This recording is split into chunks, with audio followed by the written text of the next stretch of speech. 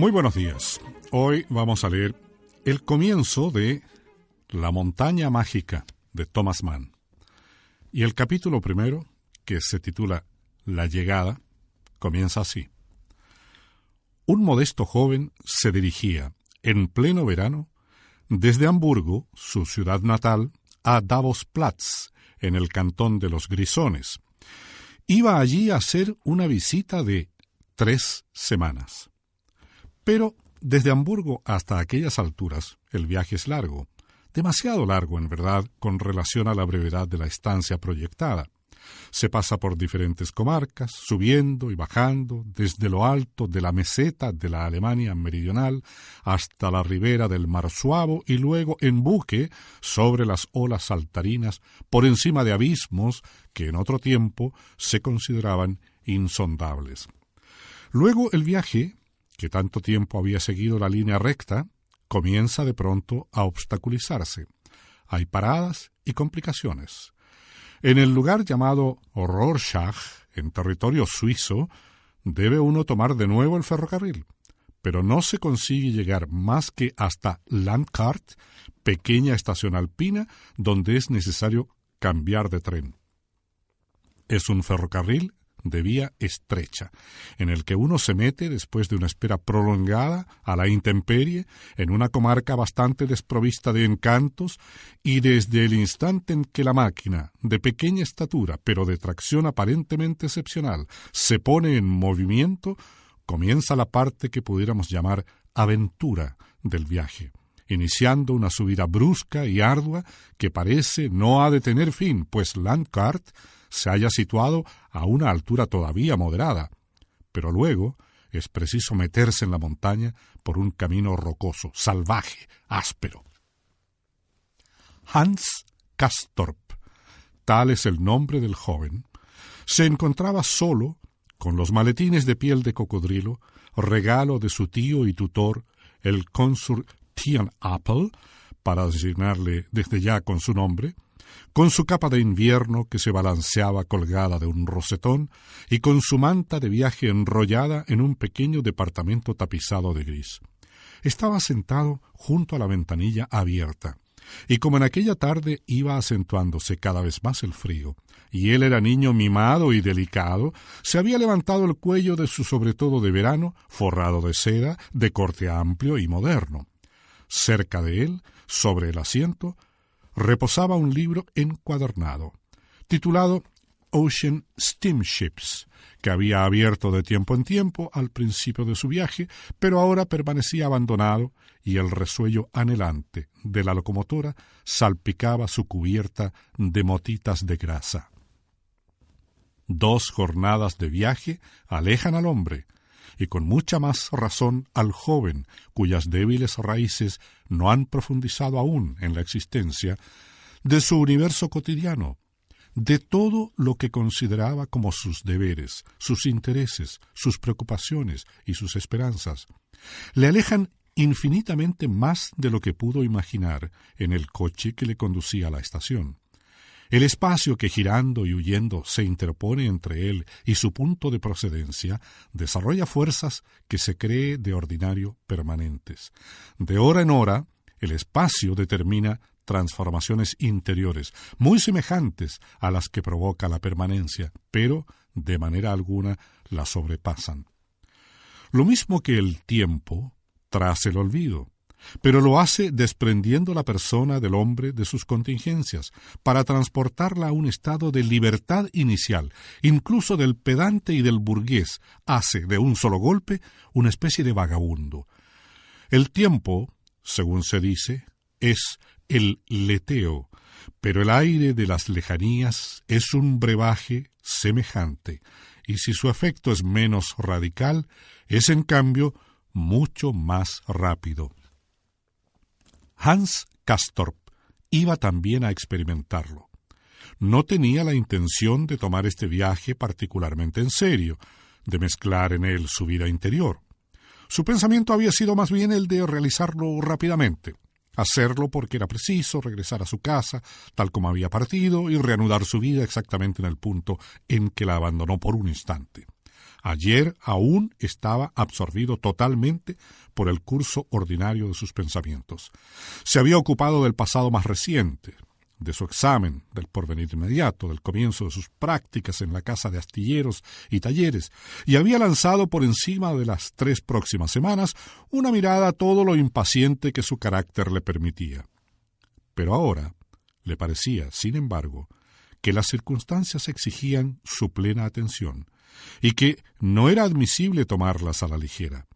Ese sentimiento de ser raptado hacia regiones en donde no había respirado jamás, y en donde, como ya sabía, reinaban condiciones de vida absolutamente desacostumbradas, desmenuzadas y reducidas, comenzó a agitarle, produciendo en él cierta inquietud.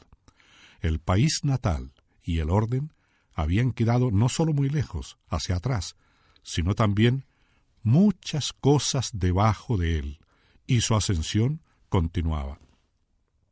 Remontándose sobre esas cosas y lo desconocido, se preguntaba lo que sería de él allá arriba. Tal vez era imprudente y malsano dejarse transportar así a regiones extremas para él, que había nacido y estaba habituado a respirar a algunos metros apenas sobre el nivel del mar, sin haber pasado previamente algunos días en un lugar intermedio. Deseaba llegar, pues una vez allá arriba en la montaña, pensaba que se viviría como en todas partes, y nada le recordaría, como ahora durante la ascensión, en qué esferas impropias se encontraba. Así es que miró por la ventanilla. Eran aproximadamente las 8. Aún había luz. En la lejanía del paisaje apareció un lago. El agua era gris y los bosques de abetos subían negros por encima de las riberas y a lo largo de las vertientes, esparciéndose, perdiéndose, no dejando más que una masa rocosa y desnuda cubierta de bruma. Se hizo alto cerca de una pequeña estación. Era Davosdorf, según Hans oyó gritar. De aquí a un momento llegaría el término de su viaje. Y de pronto oyó cerca de él la voz lenta y hamburguesada, de Hamburgo, hamburguesada, de su primo Joachim Simpson, que decía: «Hola, buenos días, vamos, bájate». Y al mirar por la ventanilla, vio en el andén a Joachim, en persona, con un capote oscuro, sin sombrero, y con un aspecto tan saludable como nunca le había visto. Joachim, por su parte, se rió y dijo: «Bueno, baja, parece que no quieres molestarte». «Pero si no he llegado aún», exclamó Hans Castorp, absorto, permaneciendo sentado. «Sí, ya has llegado. Aquí está la aldea. Esta es. ¿El sanatorio? Bueno, está un poco más allá. He tomado un coche. Dame las maletas». Riendo, un poco turbado por la agitación de la llegada y por volver a ver a su primo, Hans Castorp le dio sus maletines, su manta de invierno, el plaid enrollado en el bastón, el paraguas y finalmente el libro, el Ocean Steamships, barcos de los océanos. Luego atravesó corriendo el estrecho pasillo y saltó al andén para saludar a su primo de una manera más directa y en cierto modo más personal. Saludo que hizo sin exagerarlo, como conviene entre personas de costumbres sobrias y rígidas. Es un poco chocante tenerlo que consignar, pero siempre habían evitado llamarse por sus nombres por temor a una excesiva cordialidad, como tampoco lo hacían por sus apellidos. Se limitaban al tú. Era costumbre establecida entre primos. Un hombre de librea y gorra galoneada miró cómo se estrechaban la mano repetidamente, el joven Simpson con una rigidez militar, un poco cohibidos, y luego se aproximó para pedir el talón del equipaje a Hans Castorp. Era el conserje del Sanatorio Internacional Berghof y manifestó su intención de ir a buscar la maleta grande del visitante a la estación de Davos-Platz, ya que los señores marcharían inmediatamente en coche para ir a comer. Como el hombre cojeaba visiblemente, Hans preguntó a Joachim: «¿Es un inválido de guerra? ¿Por qué cojea de este modo? ¿Por la guerra?» «Está bueno», contestó Joachim, no sin una cierta amargura. «Vaya un inválido de guerra. A ese le pica la rodilla, o le picó antes, y se hizo extraer la rótula».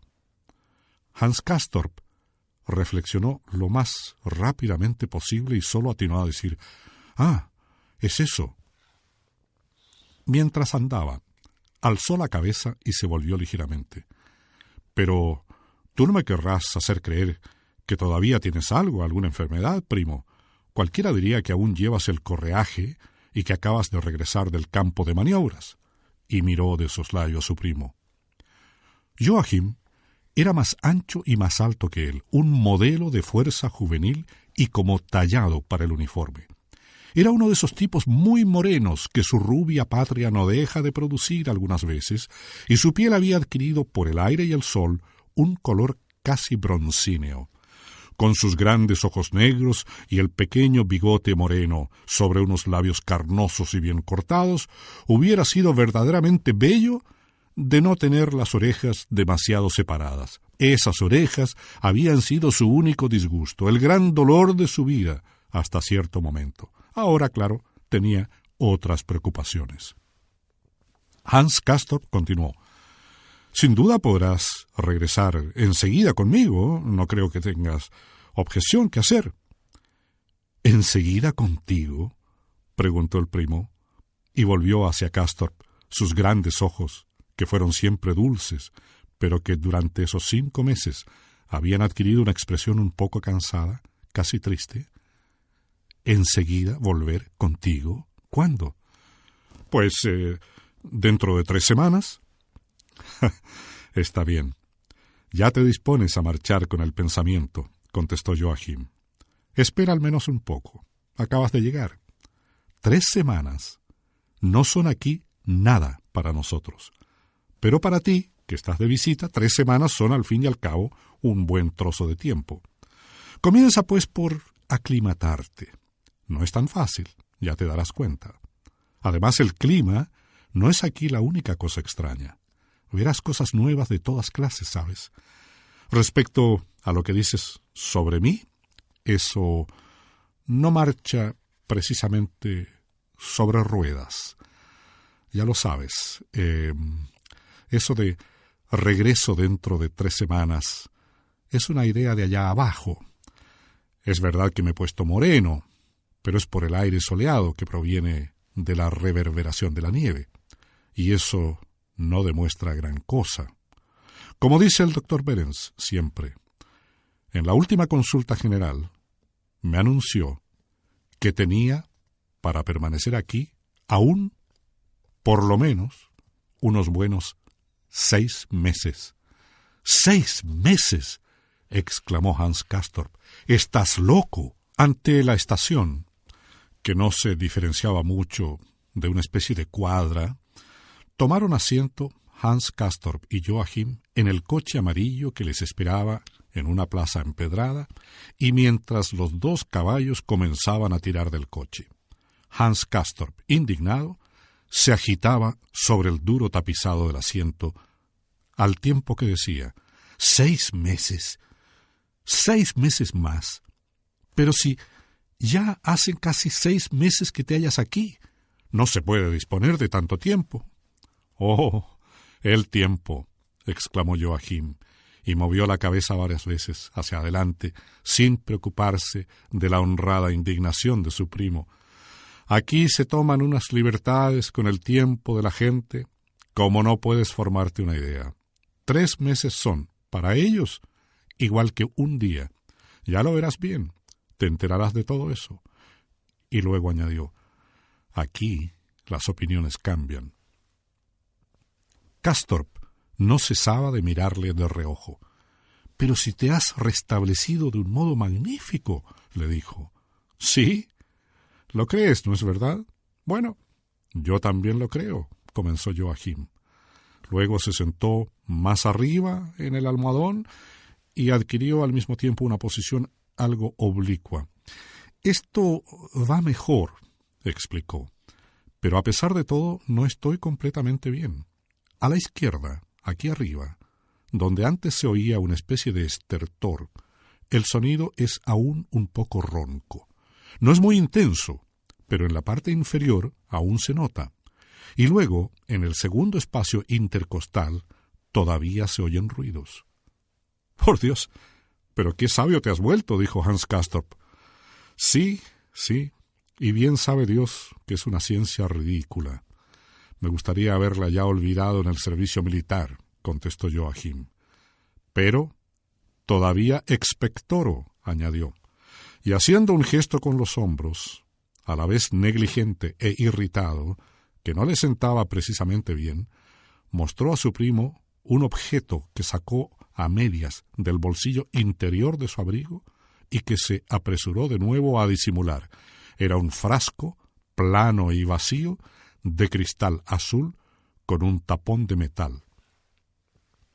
«La mayoría de nosotros, aquí arriba, llevamos esto», dijo. «Incluso hay un nombre para él, un apodo bastante ridículo. Oye, pero ¿contemplas el paisaje?». Era lo que hacía Hans Castorp y afirmó: «Grandioso». «¿Te parece?», preguntó Joachim.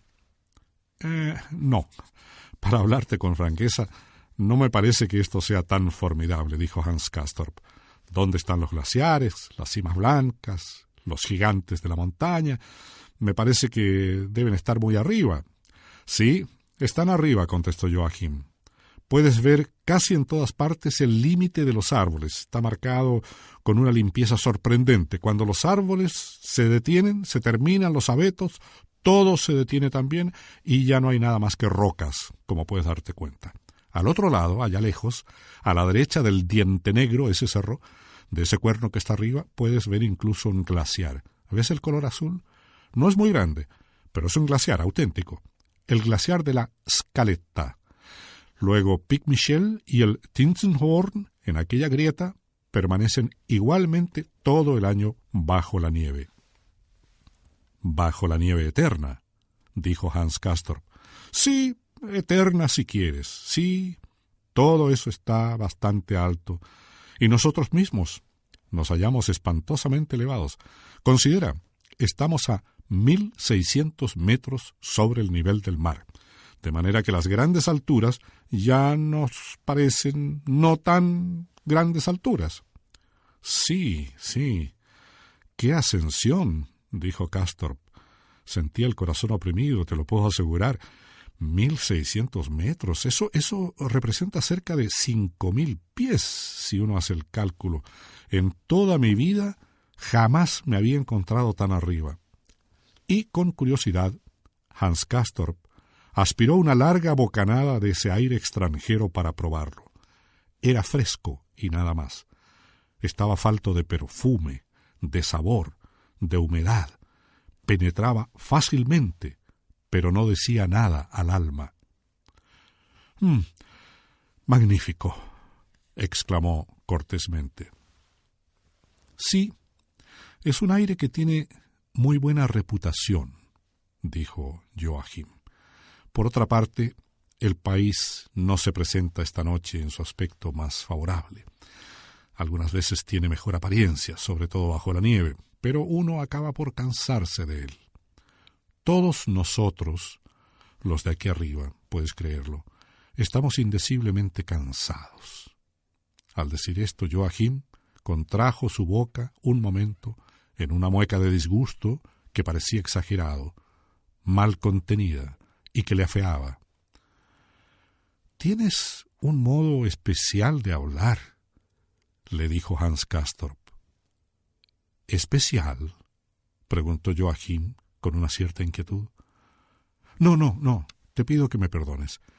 He experimentado esa impresión solamente un momento», se apresuró a decir Hans Castorp. Pero la verdad es que, si había dicho aquello, era a causa de esa expresión. Nosotros, los de aquí arriba, que Joachim había empleado 4 o 5 veces, y que por la manera de decirla parecía deprimente y chocante. La montaña mágica de Thomas Mann, que estamos leyendo, el protagonista Hans Castorp pasa ya un par de semanas junto a su primo en estas vacaciones allá arriba en el sanatorio, pero de pronto coge un pequeño resfriado, un catarro, y entonces su primo Joachim le recomienda que, ya que están allí en un sanatorio, consulte al médico. Y ahí empezamos a leer. Respire profundamente, tosa, ordenó el consejero. Y Hans Castorp, durante 8 o 10 minutos, procuró hacerlo. No pronunciaba palabra alguna, no hacía más que apoyar aquí y allí el doctor su estetoscopio y escuchó en particular repetidas veces en varios lugares en los que también había golpeado con los dedos. Luego se puso el instrumento bajo el brazo, juntó las manos en la espalda y miró al suelo, entre Hans Castorp y él. «Bien, Castorp», dijo, «la cosa va como supuse. Desde el principio le había echado el ojo, puedo decírselo ahora. Desde el principio, desde el mismo momento en que tuve el honor inmerecido de conocerlo, adiviné con bastante certeza que usted era en el fondo uno de los nuestros, y que acabaría por darse cuenta, como tantos otros que han venido aquí por su placer, que han mirado en torno de ellos arrugando la nariz, y que un día se han enterado de que harían bien, y no solamente harían bien, en pasar aquí, prescindiendo de toda curiosidad desinteresada, una temporadita muy provechosa».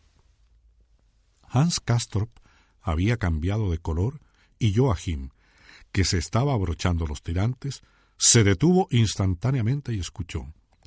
«Usted tiene aquí un primo muy amable, muy simpático», continuó el médico, «un primo del cual espero que podrá decir uno de estos días que ha estado enfermo. Pero, aunque no llegásemos a eso, no dejará de ser una realidad que ha estado enfermo vuestro primo consanguíneo, y esto proporciona inmediatamente una determinada luz sobre usted, mi querido Castorp». «Pero es un primo segundo, señor consejero». «Vamos, supongo que no viene usted a renegar de él ahora. Segundo o no, continúa siendo un consanguíneo. ¿De qué lado?». «Del lado de mi madre, señor consejero. Es hijo de una cuñada». «¿Y su señora madre está bien de salud?». «No, está muerta. Murió cuando yo era niño». «Ah, ¿y de qué?». «De una hemorragia, doctor». «¡Hemorragia! Vamos. Pero hace tiempo de eso. Su señor padre». «Murió de una neumonía», dijo Castorp. «Y mi abuelo también». «Ah, también. Caramba con sus ascendientes. En lo que a usted se refiere, ha sido usted siempre un poco anémico, ¿no es verdad?». «Pero ni el trabajo físico ni el intelectual lo fatigan demasiado fácilmente, ¿no es verdad?». «Sí». «Ah, ¿y tiene usted con frecuencia palpitaciones? ¿Solo desde hace algún tiempo?». «Bien. Y además, ¿tiene usted una marcada tendencia a coger catarros?». «¿Yo?». «Sí, usted». Oiga la diferencia. El doctor Behrens golpeó alternativamente a la izquierda en la parte superior del pecho y luego un poco más abajo. «El sonido es un poco más sordo aquí que allí», dijo Castorp. «Muy bien. Tendría que hacerse usted un especialista. Hay, por lo tanto, un entorpecimiento respiratorio, y los entorpecimientos respiratorios provienen de lugares enfermos en los que la esclerosis ya se ha producido, o, si usted lo quiere mejor, que están ya cicatrizados. Es usted un viejo enfermo, Castorp, pero no queremos reprochar a nadie que no se haya enterado. El diagnóstico previo es difícil, principalmente para nuestros señores de allá de la llanura, donde usted viene. No quiero decir precisamente que tengamos el oído más fino que ellos, aunque la experiencia y la especialización influyen mucho en ello. Es el aire el que nos ayuda a oír, ¿comprende usted? Este aire rarificado y seco de las alturas. Naturalmente», dijo Castorp. «Bien, Castorp. Ahora escúcheme con toda atención», dijo el médico. «Voy a decirle algunas palabras que valen como si fueran de oro. Si no hubiese nada más, en su caso, escúcheme bien, si no hubiese más que esos entorpecimientos respiratorios y esas cicatrices con su conducto respiratorio y esos cuerpos extraños calcáreos, le enviaría a usted de vuelta a sus lares y a sus penates y no me preocuparía más. ¿Me entiende? Pero, como no es así, según lo hemos comprobado, ya que está usted entre nosotros, no vale la pena de que se ponga en camino. Dentro de poco tendría que volver». Hans Castorp sintió que de nuevo la sangre fluía en su corazón, le martillaba el pecho, y Joachim, su primo, Continuaba en pie, con las manos detrás de la espalda y los ojos bajos. Pues, además de esos entorpecimientos respiratorios, continuó el médico, tenemos aquí arriba un lugar ronco, que casi llega a ser un ruido, y que proviene, sin ninguna duda, de un lugar fresco. Y si continúa usted la misma existencia que lleva en la llanura, querido mío, el día menos pensado, todo ese pedazo de pulmón se irá al diablo. Hans Castorp se hallaba de pie, inmóvil. Su boca se estremeció singularmente y se veían distintamente los latidos de su corazón entre las costillas. Miró hacia Joachim, cuyos ojos no pudo encontrar, y luego, con sus ojos azules, al rostro del doctor Behrens. Como configuración objetiva, continuó el doctor, tenemos su temperatura en 37,6 a las 10 de la mañana. Eso corresponde poco más o menos a las observaciones acústicas que hemos hecho. Pero yo creía, dijo Castorp, que esa fiebre procedía sencillamente de mi resfriado. ¿Y el resfriado? Replicó el médico. ¿De qué provenía? Deje que le cuente una cosa, Castorp, y aguce el oído, pues, por lo que creo saber, dispone usted de circunvoluciones cerebrales suficientes. El aire que tenemos aquí es bueno contra la enfermedad. Eso lo sabe usted, ¿no? Y esta es la verdad. Pero al mismo tiempo, este aire, que es igualmente bueno para la enfermedad, comienza por apresurar su curso, revoluciona el cuerpo, hace estallar la enfermedad latente y es precisamente una de esas explosiones, la que constituye su catarro. Yo no sé si en la llanura se ha sentido usted febril, pero en todo caso, usted lo está aquí desde el primer día, y no tan solo a causa de un constipado. Puedo darle mi opinión. Sí, dijo Hans Castorp, es lo que yo creo. Bueno, sí. Usted se sintió enseguida un poco ardoroso, afirmó el médico. Son los venenos saludables, producidos por los microbios, que producen un efecto embriagador sobre el sistema nervioso central. ¿Ya me entiende? Y por esa razón es por lo que sus mejillas se colorean alegremente. Comenzará usted por meterse entre sábanas, Castorp. Veremos si algunas semanas de reposo en la cama le desemborrachan. Todo lo demás ya llegará a su tiempo. Tomaremos una bella vista interior de usted, lo que le proporcionará seguramente el placer de lanzar una mirada dentro de su propia persona. Pero, prefiero decírselo inmediatamente, un caso como el suyo no se cura de la noche a la mañana. Los éxitos de reclamo y las curas maravillosas no entran en nuestra especialidad. Ya tuve inmediatamente la impresión de que usted era un enfermo superior, mucho más equipado para la enfermedad que ese general de brigada que quiere largarse cada vez que tiene unas décimas menos de temperatura. Como si en su lugar descanso, eso que dicen los militares, no fuese una voz de mando que vale tanto como alerta. El reposo es el primer deber del ciudadano, y la impaciencia no hace más que perjudicarle. Procure no decepcionarme, Castorp, y no desmentir mi conocimiento de los hombres. Se lo ruego, porque ahora, de frente, marchen, usted se va al dique seco. Ciertamente, de un libro tan extenso como La montaña mágica de Thomas Mann, solo hemos podido leer unas partes introductorias para establecer en qué circunstancias se desarrolla la novela, y no podemos entrar a las numerosas reflexiones que impregnan este libro y que son lo que le da su categoría verdaderamente clásica. Por ejemplo, no podremos ni siquiera mencionar, más que ahora en este momento, al personaje Settembrini. Pero de sus muchas reflexiones vamos a detenernos en esta sobre el tiempo, relacionado también, como todo el libro, con los viajes. Dice: en el fondo, constituye una aventura singular la aclimatación en un lugar extranjero. Esa adaptación y esa transformación, algunas veces penosa, que se sufre en cierta manera por sí misma y con la intención decidida de renunciar a ella cuando haya terminado. Ese orden de experiencias se halla insertada como una interrupción, como un intermedio en el curso principal de nuestra vida, con un objetivo de descanso, es decir, a fin de cambiar y renovar el funcionamiento del organismo que corría peligro o comenzaba ya a estropearse o fatigarse y enervarse en el ir y venir inarticulado de la existencia. Pero, ¿a qué son debidos ese cansancio físico y esa oxidación motivados por una regla demasiado tiempo ininterrumpida en nuestra existencia? No es solamente una fatiga del cuerpo y del espíritu, gastados por las exigencias de la vida, pues para ésta el sencillo descanso sería el remedio más reconstituyente, sino también es algo que atañe al alma.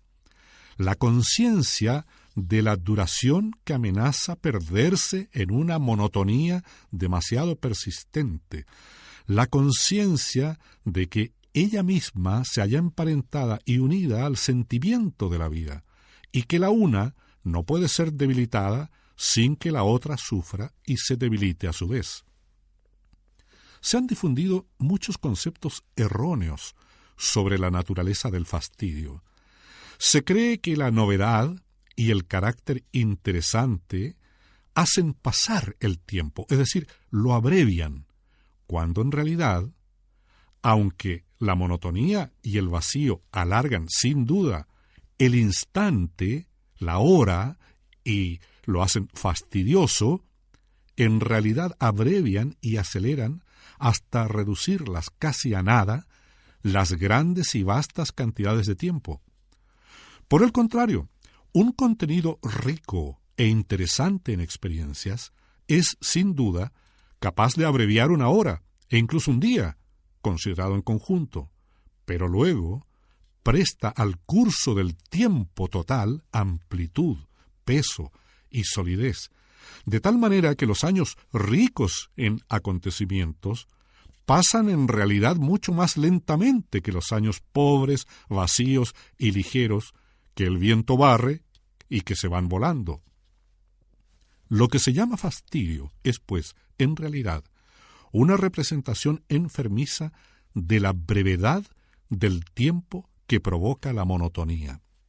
Los grandes espacios de tiempo, cuando su curso es de una monotonía ininterrumpida, llegan a encogerse en una medida que espanta mortalmente al corazón. Cuando todos los días son semejantes entre sí, no constituyen más que un solo día, y con una uniformidad perfecta, la vida más larga sería experimentada como muy breve y habría pasado en un momento.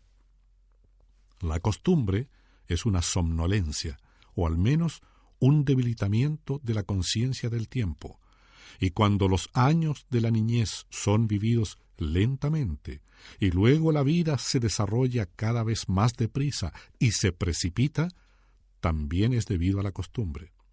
Sabemos perfectamente que la inserción de cambios de costumbre o de nuevas costumbres es el único medio de que disponemos para mantenernos con vida, para refrescar nuestra percepción del tiempo, para obtener un rejuvenecimiento, una fortificación, una lentitud de nuestra experiencia del tiempo, y por esta causa, la renovación de nuestro sentimiento de la vida en general.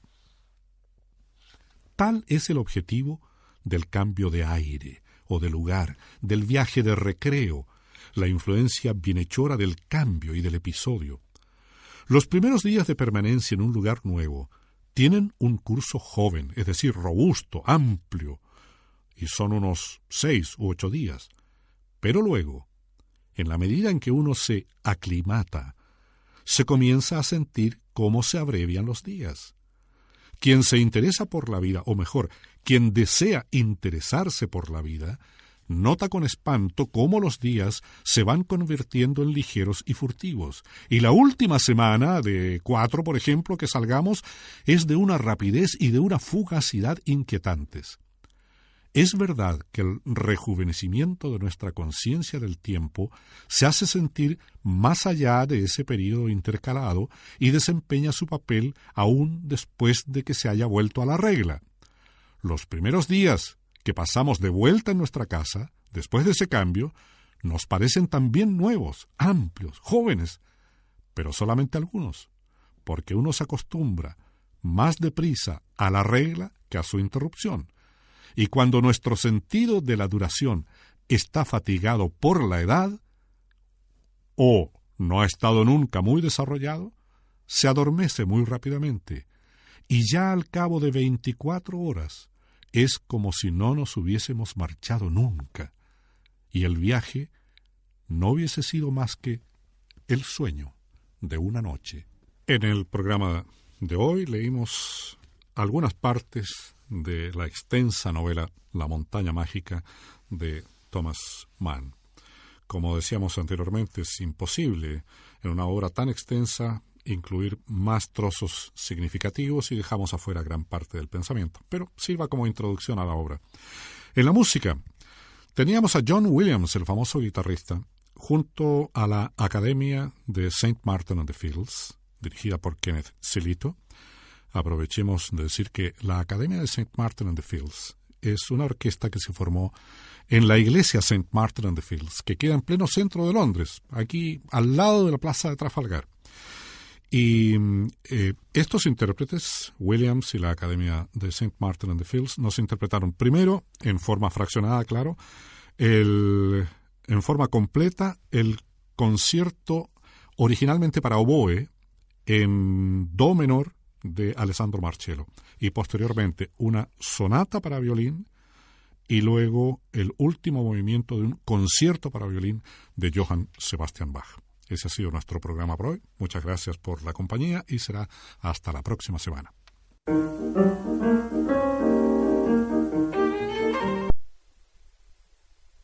Thomas Mann tomó como referencias principales la Biblia y las ideas de Goethe, Freud, Nietzsche y Schopenhauer. Thomas Mann nació en Lübeck, Imperio Alemán. 6 de junio de 1875, Zúrich, Suiza. 12 de agosto de 1955, fue un escritor alemán nacionalizado estadounidense. Considerado uno de los escritores europeos más importantes de su generación. Mann es recordado por el profundo análisis crítico que desarrolló en torno al alma europea y alemana en la primera mitad del siglo XX. Para ello tomó como referencias principales la Biblia y las ideas de Goethe, Freud, Nietzsche y Schopenhauer. Thomas Mann recibió el Premio Nobel de Literatura en 1929. La montaña mágica. Der Zauberberg.